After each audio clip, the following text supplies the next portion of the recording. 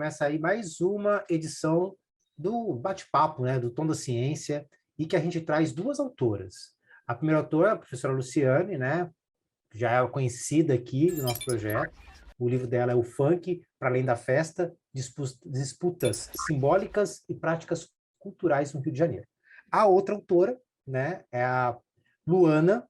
A Luana traz para a gente Quelé, A Voz da Cor, biografia sobre a Clementina de Jesus, né? E ela é uma jornalista, a Luana Costa é uma jornalista formada pela Universidade Metodista de São Paulo, tá?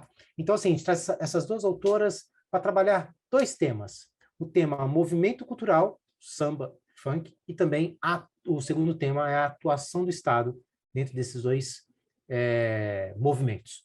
Dessa maneira, professora Luciane, dê boas-vindas aí à nossa convidada e vamos chamá-la, nós três, para essa conversa.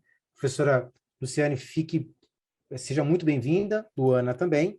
E, professora Luciane, de que maneira que o movimento funk, o funk para além da festa, ele vem e traz a cara dos morros cariocas, que traz a cara da evolução desse ritmo, desse estilo musical, de que maneira que o funk, ele é o lugar da festa. Que bacana, moça, estar aqui contigo de novo, Luana, minha amiga querida do Rio de Janeiro, de muitas lutas, e também de um último samba de dezembro. Não tem quem não consiga, moça, não se balançar um pouco e não sentir a chamada da África em um baile funk. O baile funk atualiza o samba, o baile funk é refúgio de uma periferia do Rio de Janeiro que sofre tanto. A gente está numa semana tão difícil com essa execução bárbara de um companheiro congolês, que não é o nosso tema, mas a gente precisa dizer isso. Então, hoje, moça, a gente sabe que muitos tambores tocam em homenagem às contribuições, e a percussão é o ritmo principal que o próprio rock herdou, né? O Alex está aqui com a gente, ele sabe muito bem disso, que o próprio rock herda do blues rural americano, né? Então, quando o James Brown, com seu cabelo alisado e suas roupas coloridas, vibrava, né? Dizendo a beleza negra americana, Elis Regina, Black Beautiful, o funk atualiza essa beleza de um morro carioca, que é a favela, que o Noel Rosa já falava, que atualiza a linguagem. A favela hoje do Rio de Janeiro, a periferia, a quebrada de São Paulo, as vilas de Porto Alegre, e por que não aqui a periferia de Campos, onde nós também temos uma importante contribuição do hip hop, do baile funk, bem aqui pertinho da UEM. A gente está falando do direito à festa, moça. A gente está falando que bom que quando se faz a festa não se faz a guerra. E é disso que esse baile fala, e não há quem não entenda essa linguagem. Então, essa é a contribuição. Agradeço, que bom estar aqui com vocês nessa noite. Luana, seja muito bem-vinda. É uma jornalista aqui entre nós. E de que maneira que Clementina mergulha nessa realidade e traz uma contribuição cultural para o nosso cenário brasileiro. Eu agradeço muito o convite da professora Luciane, do Mozart. É muito bom estar aqui com vocês hoje. Bom, a Clementina, ela é uma figura muito interessante, né, nesse processo cultural brasileiro, porque ela rompe com qualquer, como que eu posso dizer, essa coisa erudita da música popular brasileira, né? Então, assim, ela surge no cenário da música no momento em que a bossa nova estava despontando, né? Em que o Iê, Iê, Iê, do Roberto Carlos também estava, né, despontando.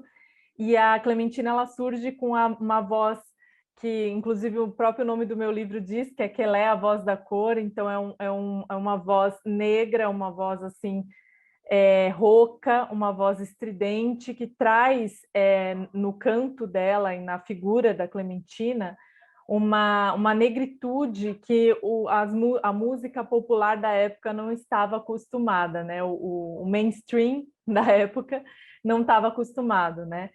E aí né, a gente fica assim se perguntando como que se dá esse resgate da música popular brasileira, né?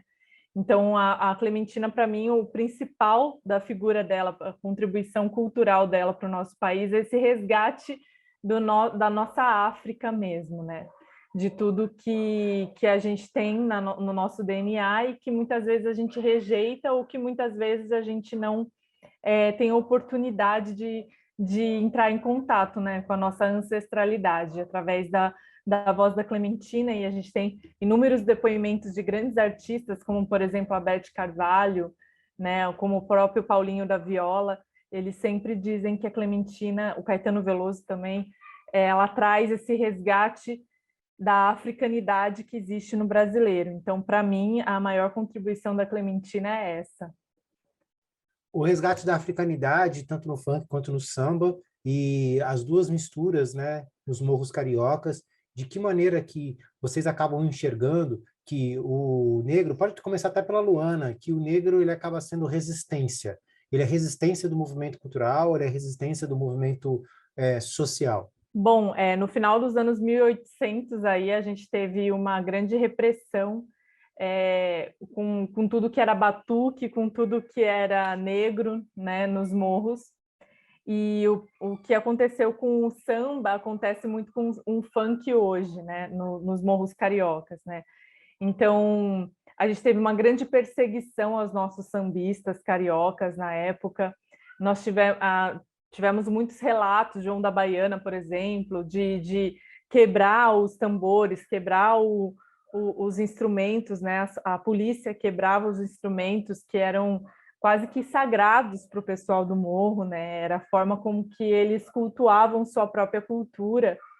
E, e aí a gente teve essa repressão muito forte da polícia, e eu acho que isso se reflete até os dias de hoje, né? O samba hoje não é mais crime, mas a gente transferiu isso para outros movimentos culturais, né? Então, a gente não pode dizer que a repressão à cultura negra, né, no Brasil, ela acabou completamente.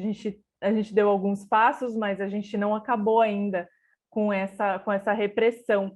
E isso se reflete totalmente no próprio funk hoje em dia, que é totalmente reprimido, oprimido, não só nesses bailes, mas como na comunidade, na sociedade como um todo. Então, acho que a gente ainda tem um pouco dos resquícios desse passado do samba, que hoje se reflete no funk, ao meu ver. Professora Luciane, o funk acabou herdando o preconceito do samba? Acho que existe essa relação, sim. Eu acho que a gente tem que lembrar muito no Estado Novo, daquele período quando o Getúlio tenta, a partir da criação de um departamento de imprensa e propaganda, do DIP, ele tenta moralizar o que era o Noel Rosa, fazendo coisas como o samba do recenseamento, quer dizer, tentando inserir no Rio de Janeiro um certo orgulho para combater esse discurso da malandragem. O que eu acho que existe de diferente no funk é que eu acho que, de alguma forma, o samba acaba com o Getúlio. Talvez não seja o samba do Candeia, porque é importante lembrar disso. Mas eu acho que o discurso do funk ele é muito mais difícil de aceitação pelo Estado, porque o funk proibido tem um braço de rechaço das UPPs e dos governadores, enfim. E ele tem uma coisa muito parecida com a Wikileaks, com a nuvem, porque você vê o rap das armas, aparece na Rocinha, depois ele está na Cidade de Deus, depois ele... Quer dizer, você tem uma certa implosão da autoria. A inclusão da autoria é uma novidade, embora na roda de samba você também tenha, quer dizer, às vezes você grava que de quem era o samba, né? O próprio Orlando Silva, como assim vender um samba? A ideia para pessoas, às vezes, que vivem da arte, a arte como algo mercadológico, é muito interessante você acompanhar pessoas muito simples que fizeram a história do samba. O funk também tem isso, mas eu acho que o funk tem isso junto com facções, junto com armas, junto com uma realidade geopolítica muito mais complicada. Então, o que nós vivemos no Rio de Janeiro hoje não se compara ao que era a época das rodas de samba da década de 60, 70, até mesmo anos 80. Eu acho que depois de 92 e depois da morte do Tim Lopes, o funk ele vai representar algo que é associado diretamente ao perigo. Não importa, antes de ouvir, funkeiro é ligado ao tráfico. Eu acho que foi isso que causou um problema muito grande na relação entre a segurança pública do Rio de Janeiro e o funk. E também a produção cinematográfica traduz também um pouco isso, né? Tropa de Elite também tem essa função de atuação do Estado, a representação de Cidade de Deus, que você citou, né? Que está muito próximo da criminalidade, e fazendo um resgate histórico, né? Que a Luana acabou falando também. A gente tem Marighella, né? Que é a produção mais jovem aí, vamos dizer assim, que também está muito próxima mais de uma realidade de samba lá atrás, que também tenta traduzir e trazer essas representações. Bom, de que maneira que a gente consegue entender, já que a gente tocou nesse assunto, de que forma que a gente consegue compreender os filmes? Estou tentando trazer alguns elementos que vão corroborar com a nossa análise. Cidade de Deus, Tropa de Elite, Marighella, entre outros filmes que fazem essa tradução social. De que forma, professora Luciane, que a gente consegue entender a atuação do Estado de maneira agressiva, repressiva e muitas vezes até intuitiva, né? Nem tão reflexiva, para conseguir organizar aquela sociedade? É interessante, Moza, dizer para a população que, quando eu fiz minha pesquisa, que agora está em livro, você tinha muita gente nessas favelas pensando no funk como uma possibilidade de saída, de ascensão. Fosse pela Anitta, né? Embora a Anitta seja de Honório Gurgel, eu acho que é possível. O MC ele ganha em média R$ 4.000 por um fim de semana de baile, né? A gente não consegue ver isso porque nós temos um salário mensal. Então, essas pessoas acabam... se a gente pudesse pensar no número de familiares que muitas vezes compõem uma família negra no Rio de Janeiro, a gente podia até trabalhar com o conceito de quilombo urbano, considerar que, às vezes, uma pessoa aposentada sustenta 5. Isso não é uma mentira, o IBGE sabe disso. Então, eu acho que o baile funk, até os neopentecostais vão compor renda fazendo churrasquinho do baile funk. Então, o baile, o que me interessava não era o pezinho de bandido, se vende droga, se a menina engravida. Gente, isso não é o mais interessante. O mais interessante é pensar que a própria FGV, em 2008, viu que esse mercado movimenta 174 milhões. Isso não é com a venda de droga, isso é simplesmente com uma festa para 500 mil de pessoas na segunda maior cidade do país. As pessoas não têm uma renda para pagar a consumação da Lapa. Vamos combinar que as pessoas não têm uma renda tão boa nem para pagar a consumação da Peninca. Ou seja, você ir para um lugar onde você pode comer bem, beber mais barato e se divertir, é claro que isso é democrático. É disso que, quer dizer, a quem incomoda uma festa que ocorre nos territórios de favela? Não me parece que incomoda o Leblon. Então, eu acho que a contribuição é exatamente uma economia muito localizada, uma possibilidade de criação de linguagem que é global, o funk é conhecido globalmente, e uma possibilidade de democratizar a cidade. Se você não conhece a Rocinha, você deve conhecer. Então, eu acho que a gente parou de circular em Campos, a gente parou de circular no Rio de Janeiro, a gente parou de circular em São Paulo, porque se tudo é perigo, eu só vou no lugar onde eu me sinto seguro. Que pena, porque você pode conhecer seu grande amor em um outro bairro. Que pena não circular na cidade. Então, eu acho que circular na cidade é circular em festas. E, nesse sentido, eu acho que as festas do baile não devem ser proibidas. O Estado tem uma atuação muito grande, né, em cima disso, né, Luciano? Você acredita que o Estado vai sempre influenciar na execução dessas festas? É porque é o seguinte, gente, a Luana sabe, batizado na Mangueira, domingo, 2 da tarde, vai tocar Bete Carvalho, vai tocar Beija-Flor. Esse batizado vai acabar às 6 da tarde? Não vai, gente. Esse batizado no domingo ele vai durar. Essa questão da ordenação do condomínio é uma ordenação do asfalto. Agora, você vai dizer que há uma irregularidade, que está ferindo a questão sonora. Essas questões são questões que a gente tem que discutir. Eu entendo que o trabalhador de favela também tem que acordar cedo do outro dia, mas o baile ele tem um aspecto que quem já foi numa quadra de escola de samba, ou quem já foi num baile funk, ou num batizado de favela, ou de subúrbio, ou que seja da tira-gosto, que foi numa zona fora desse circuito de tantas ordens e horários, sabe que o bom mesmo é essa ideia do povo poder se confraternizar, ouvir Bete Carvalho bem alto, porque é essa característica. Então, eu acho que o Estado ele tem problemas mais graves para se preocupar do que o volume de som da festa de batizado na Mangueira, às 2 da tarde. A festa passou das 10 da noite e o trabalhador da Mangueira tem que ir para o outro dia, cumprir seu horário, então a gente tem um problema, a gente vai ter que resolver, vai ser com o Estado, sei lá, a gente... Mas não é assim, a favela tem altas regulações, vocês sabem, eu não preciso falar disso. Então, o problema da UPP não era o baile funk. Agora, nós queremos nos divertir, nós queremos ouvir Bete Carvalho, Clementina de Jesus, Claudinho Bochecha. Não vejo como no regime democrático isso ser um problema para o Estado. Acho que o problema é saber onde está o Amarildo. Essa é uma questão. Então, me parece que a mídia, a grande mídia, e por isso que eu agradeço esse momento, Moza, que você nos oferece, eu acho que a grande mídia ela tenta criar situações como se o problema da ordem urbana do Rio fosse o baile ou o samba, e passo para a Luana. Luana, vamos lá. O samba é o problema?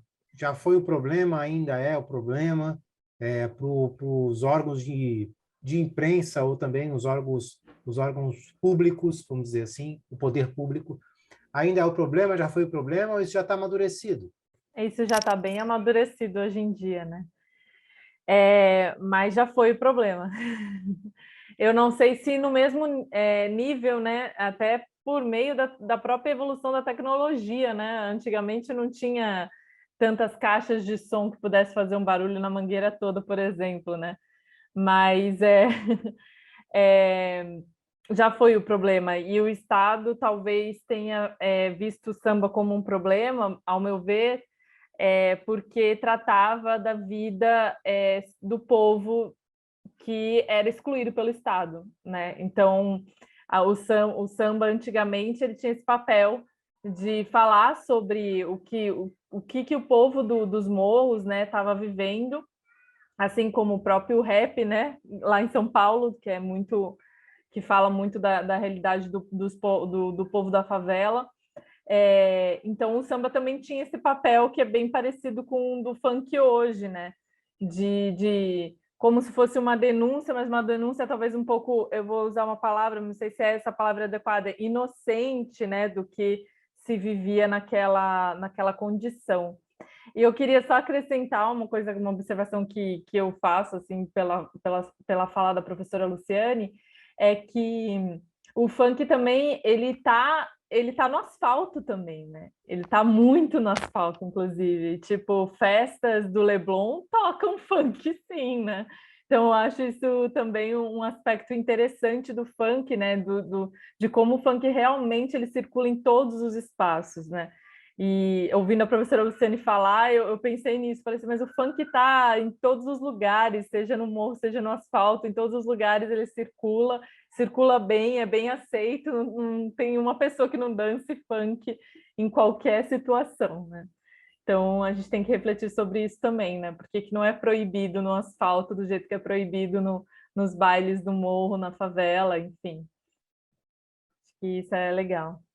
Só para finalizar, gente, eu queria ver com vocês uma conclusão rápida, uma observação, na verdade, uma consideração, uma conclusão, em relação a essa quebra, né, Então, essa quebra que a Luana acabou de falar, que o funk desceu, o samba desceu, e ele está presente no asfalto. Então, de que maneira que isso demonstra evolução social? Então, eu percebi isso, moça, no lançamento do livro. Tentando ir para Maré lançar meu livro, eu não conseguia Uber, né, na cidade, porque você não consegue, né, Luana, ir para alguns lugares do Rio, porque você são áreas de risco. Então, eu acho assim, o baile funk no Leblon tá tranquilo. Agora, quando você vai para um baile funk de favela, eu tentei ir na Rocinha para entregar o livro para o MC Leonardo, logo depois que ficou pronto, eu queria que ele fosse a primeira pessoa a ver no sábado. Eu não consegui Uber para me deixar na estação da Rocinha. Eu acho que essa é a questão do gueto que separa o funk. O funk vai tocar na cidade do Rio de Janeiro inteira. A questão é o funk na Rocinha, é o funk na Maré. A questão não é o funk. A questão é o funk no território da favela. É o funk na Tiragosto, é o funk na Portelinha.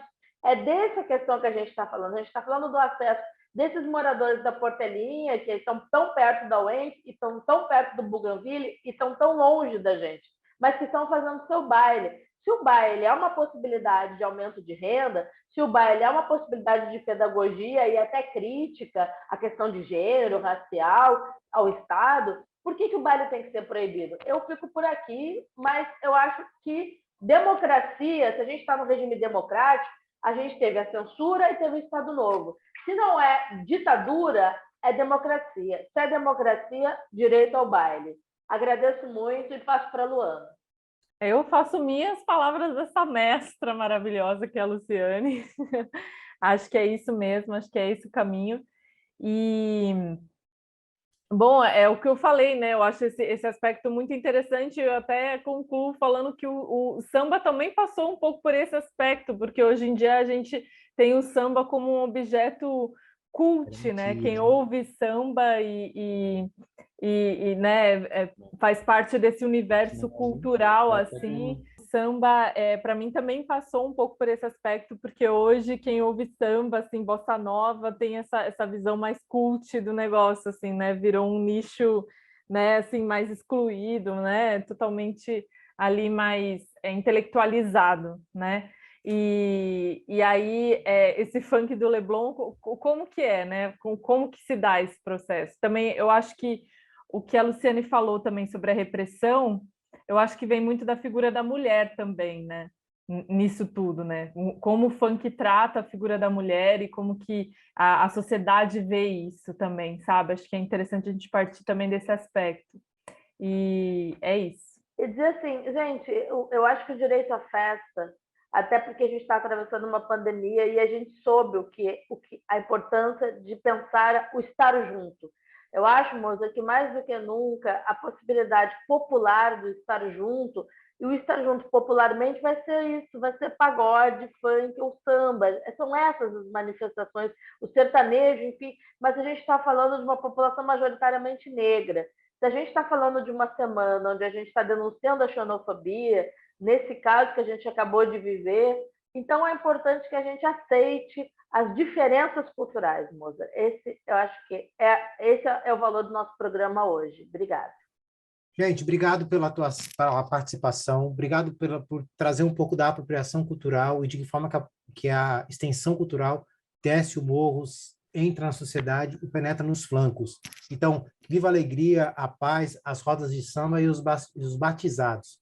Obrigado, Tom da Ciência, e o Tom da Ciência agradece Luciane Silva, professora, e a Luana Costa, jornalista. Um abraço, gente. Obrigado.